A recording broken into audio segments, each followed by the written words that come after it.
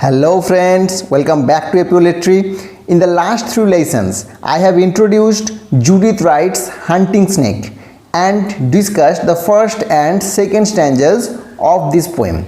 In the first stanza, we find that the speaker was walking in a beautiful day of autumn with a companion. Suddenly they found a great black snake in the grassland and they became frightened. In the second stanza, there is a mixed reaction from the speaker. The speaker is terrified and at the same time, he admired the breathtaking beauty of the snake. Today, I shall discuss the third stanza of this poem. Let's first read the third stanza. What track he followed, what small food fled leaving from his fierce intent. We scarcely thought. Still as we stood, our eyes went with him as he went. It is clear that this is a more reflective stanza. The speaker is now thinking about the prey of the snake, the small food that the snake will hunt. In the third stanza, we also find the speaker has revealed the power of the snake and has described it as a predator, as a hunter, a killer. All the other creatures fled in fear of it. In the very first line of this stanza, what track he followed, what small food, we find the word small food. So here small food means the small animals or insects. Food is not great enough for the snake. It shows that before the snake, his prey is insignificant and trivial. The snake is much more powerful. It feeds on the weak. So this line emphasizes his importance and also its power. And here track means the path or trail on which the snake is moving. In the next line of this stanza, the fled leaving from his fierce intent. Here we find the word fled. Here fled means escaped. That means the small creatures are escaping from the snake, and the word fled shows that the snake causes fear and everyone runs away from him, afraid they may be eaten by the snake. The phrase fierce intent is very important. Here fierce means violent. Okay, fierce means violent or ferocious, and intent means the plan of the snake, his target or his aim. And here his obviously means the snakes. So the snake is for the first time revealed as a true predator. Predator means hunter. This is not the time for awe and wonder anymore. It is the time for fear. It is a creature that will kill. However, the speaker does not say that the snake's intent is to kill. She says fierce intent.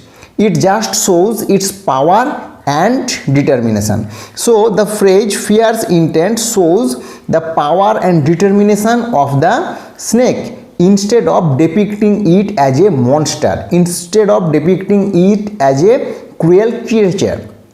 Okay, so this line also reminds me one famous saying, one famous line said by the famous dramatist George Bernard Shaw.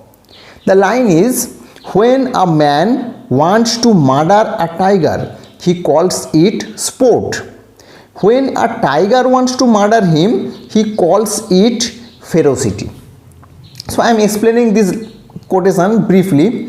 So here Jibiso wants to say that human beings hunt a tiger only for enjoyment and not out of any sheer necessity. But we prefer to call it sport. That means it is a kind of enjoyment, hunting. On the other hand, a tiger kills a man only to be alive. It is nothing but a biological necessity, a rule of nature.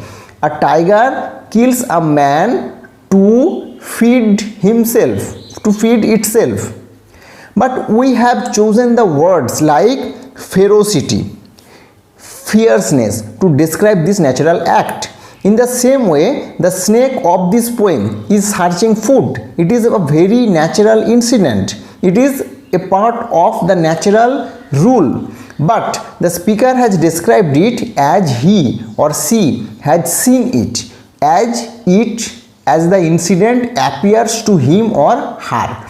That is why I have told you in the very first lesson that this poem is not about the snake, but how the speaker has seen the snake, how the snake has appeared before the speaker. The speaker gives a lengthy description of the snake, which could lead the reader to think that the snake is passing slowly when the speaker and the companion are standing still in fear. However, the next line, "we scarcely thought still as we stood," proves the fact that they did not have time to think. It shows that the snake actually passed very fast as they stood still. Here, the word scarcely means barely or hardly. Okay, scarcely means barely or hardly. That means they almost had thought nothing. There is no scope of thinking anything.